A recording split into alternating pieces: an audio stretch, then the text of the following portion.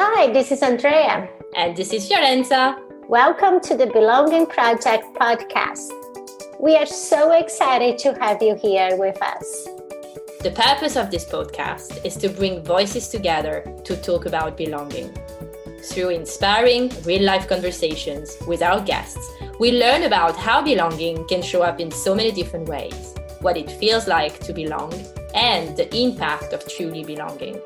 In each episode, we will offer you inspirational and practical strategies to find your true voice in your life, in society, and as a leader.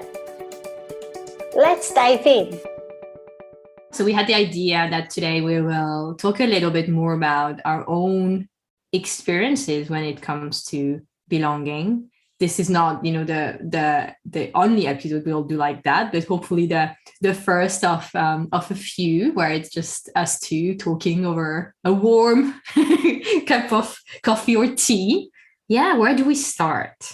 I remember when we were chatting, I think it was on WhatsApp in the beginning of the year, that we were sharing things that we have in common, that we love, interests, passions, etc. And then we ask ourselves, what is the word that resonates more with you or worse?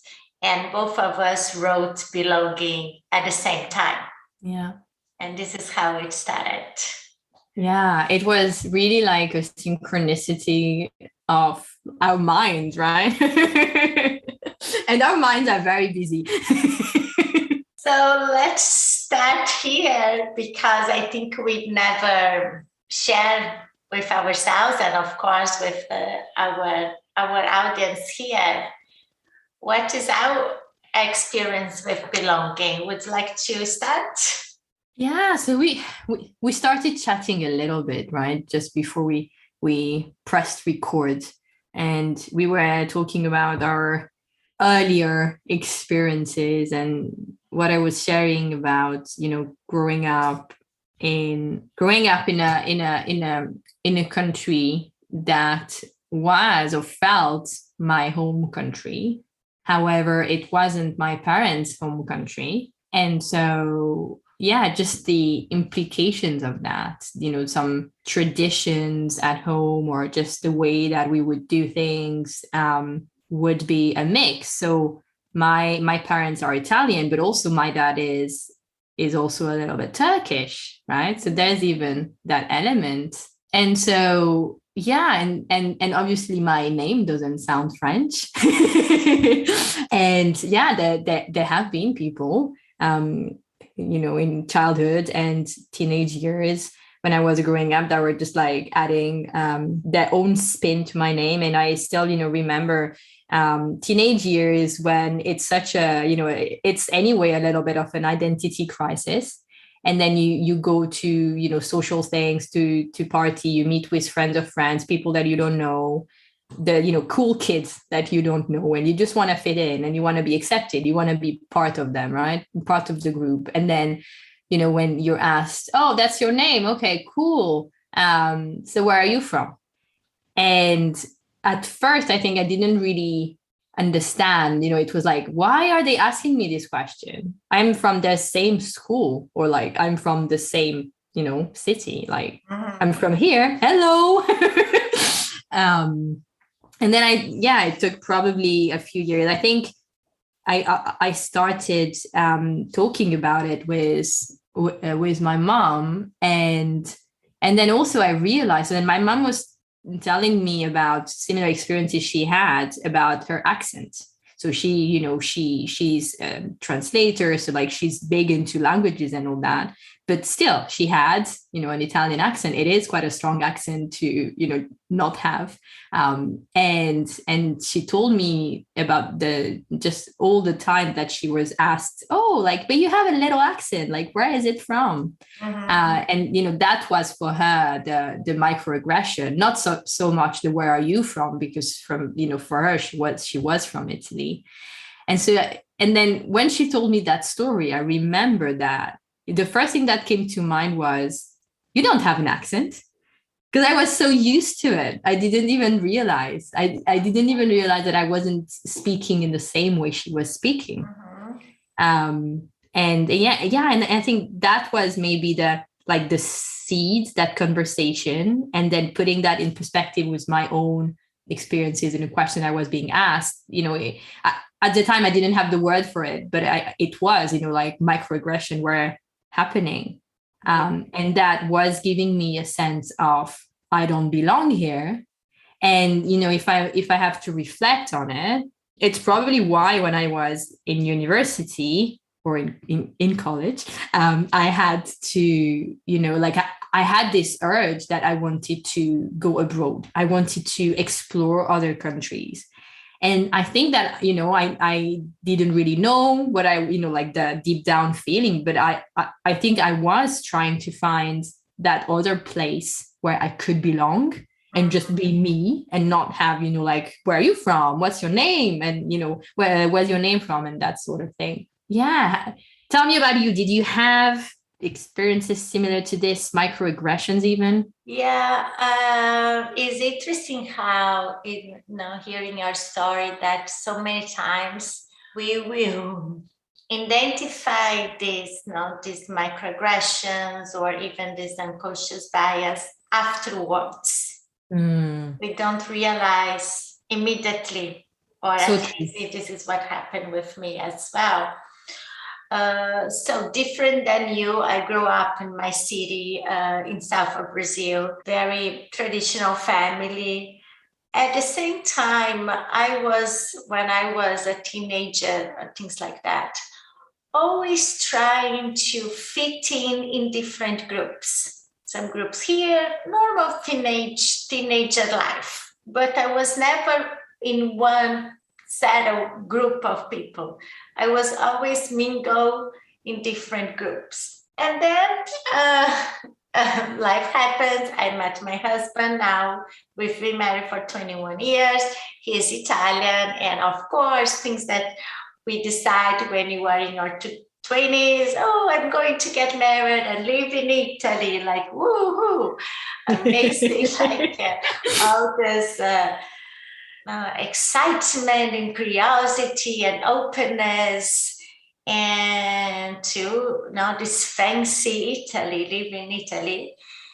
And arriving there, first days, first months, first years, it was really tough. And for different reasons, I felt and I understood after the years how much I was trying to fit in that culture in order to be accepted, in order to be seen as someone like them.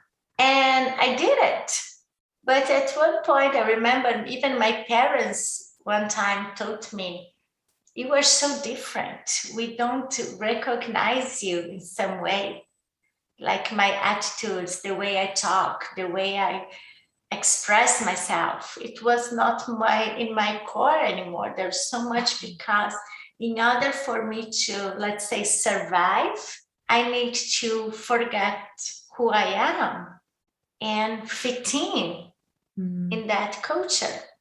And of course, in the course of these 12 years, and again, things that I realized later on, how much microaggressions was there day after day. One, very simple: my name is a male name in Italy. Number two, my country, Brazil, is not seen in Italy as a well-developed country. Okay, Brazil, it's South American, there is not a perfect country, but like this micro, I remember one of our guests said that it's not because the word micro, there is micro in the word microaggression, that is something small.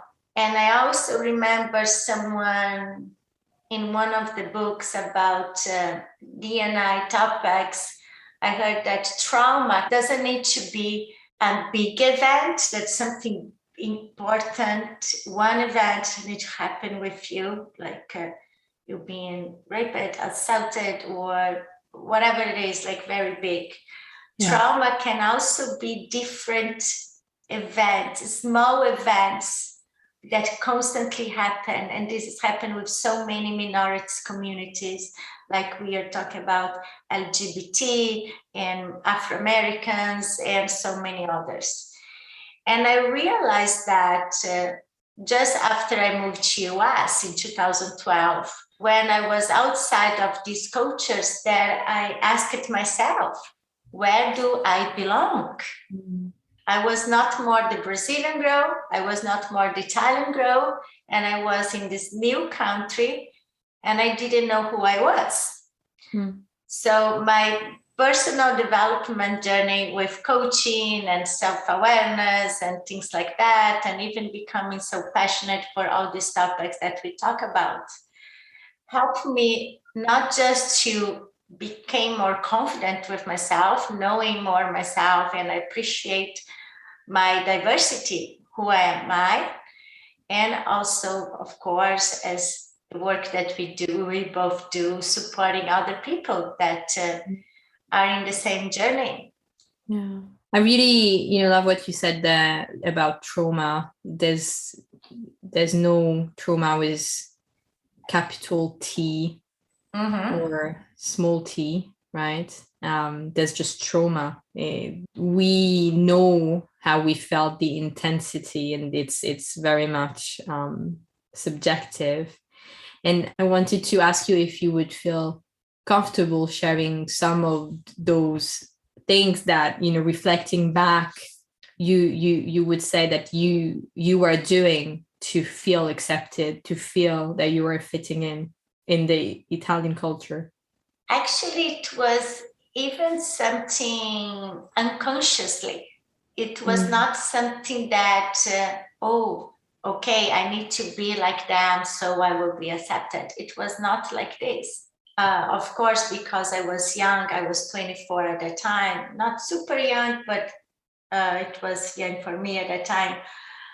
I was, okay, so they speak like that. I started to copy them. It was the copy and paste. It was, this is how they do, so let's do it. This is how they do, let's do it. And I see a lot of even expats community or people who live abroad or situations like this, that in order to be accepted, you want to be like them. Like very simple, if everybody wore this kind of clothes, I will wear this kind of clothes. Of course, here we talk much more than just wearing one kind of clothes. But the most important part is we never, this is for all people here, listen to us, for all of us. And I say this to my kids that they are now teenagers. And really, when I will meet your son, Louis, this is, I think, what's most important for him as well, growing up in another country, that we never need to forget who we are in our core, our values, our beliefs, our roots, and be proud of them. Be proud of our own identity. That our cultural identity needs to be appreciated for who we are. We are the first ones that need to do for ourselves. If we don't appreciate who we are in our core, being proud, really looking ourselves in the mirror and saying, I'm proud of the person that you are. We cannot expect that others will do it for us. Yeah. This is spot on, and I think it is so powerful and empowering. And I wish that it comes to the right time to as many people as possible. We will be listening to this. I wish that we all knew that we have this tool within us available, that we can embrace all the different maybe cultures that make us, or even, I don't know, whatever identity is us, or we identify with, that we can embrace it. I think there would have been times where I would have wished like how to do it, but I didn't know, that it was possible. See what I mean? And even, having, for those who can have a mentor or a coach, right, to help them see that, well, actually you can do this. This is available to you. And I believe that the magic happened exactly here and this is for all, because for all people with any kind of diversity. And sometimes when I also lead, facilitate presentations or events, talk about of cultural identity, I sometimes tell people, you could see me, looking to me, that I am a white, blonde woman, and I could be seen as even a white American woman. But if you really know me, you will know that I am a Latina woman, because Brazil is part of the Latinos country. And when I say that, people, oh, yeah, that's true. Yeah. So there is this important thing that we really need to look people with different eyes. Not that if you are white or Latina or any kinds of American will be different, because we need to be seen as human beings. But at the same time, looking to the person a little bit more deep, being curious without stereotype, without judge. It's not because we have an accent or what is the color of our skin that will make us better or less than others. But really, I will really encourage people to, let's be curious. Yeah. This could be your colleague next to you, your neighbor, your friend, someone that you meet in the grocery store. Be curious, because behind that face, a blonde girl or an Afro-American person or whatever is the identity, there is a story. And in this story, there is resilience, there is power, there is strength, and that's make us so beautiful and unique. Yeah. It's like, be curious. Curiosity is welcome. And please be curious about my whole person, like who I really am, right? What do I stand for? What do I believe in? As opposed to being curious about what you can see or what you can hear. That's just the surface. And I wish that there'd be more of that in the world. Yeah. So I feel this would be an amazing answer to the question we usually ask. What would make the world a better place? Yeah, for me, if you ask me, this question would be the curiosity. No, with more respect and curiosity for the human beings, respecting people's differences. And that also a very important point. You can't have acceptance if there isn't respect first. Yeah. And we talk a lot about let's accept differences, and absolutely. And I think there's a preliminary step there about let's just respect also first, right? And maybe for some people, they can only respect at this point. That is already a stretch. And later on, hopefully, the acceptance will come. Maybe not, right? If we all have our own timings and timeline. So, my dear Fiorenza, what is belonging for you? How would you define belonging? Yeah. So, if I try to bottom line it, I would say that belonging for me is an anchor. I often get this analogy of having an anchor to myself, right? So I feel that I belong when I know where my anchor is, where I know that it's there somewhere. I can feel it. I don't have to see it, but I can feel it. However, it's not preventing me to move, right? So it's not being constrictive. It's given me the freedom and the space and independence that I need and want. However, I know that I know where to go to if I need to retreat because I need to feel more comfort, or I need to just recenter. So it's always in, and I'm not gonna lie. Sometimes it's not easy. Sometimes I lose track of my anchor and I have to find it. I'll stay with this analogy for today, and we can explore more next time. Tell me about you. How would you define belonging? For me, the true belonging is being true to ourselves, is knowing who we are, regardless where we live, regardless where we work, is being so much, let's say, in peace, this anchor that you mentioned, within ourselves, in order that we can feel the sense of belonging home in any place.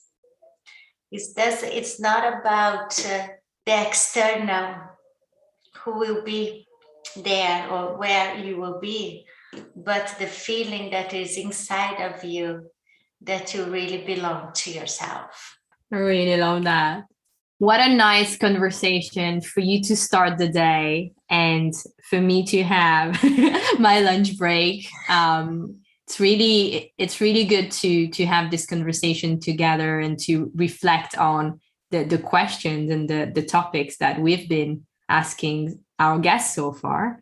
And we'll do more. We'll explore more perspectives and our own experiences. So stay tuned for more. Yes, I love that. And I appreciate everyone who is listening to us. And thank you also for being such a great partner in crime, let's say, and to be with me in this journey. It's been such a pleasure collaborate and having this amazing support, sharing this passion all around the world. So, oh, you are amazing, my friend. You are. Until next time. Thank you. Stay tuned. Thank you for listening to the Belonging Project podcast. We hope you enjoy our deep dive into belonging and listening amazing stories from our guests. We'd love you to share about the Belonging Project with your friends and colleagues. And also, we'd be delighted to connect on LinkedIn and share more about our experiences. Thank you again, and stay tuned for the next episode.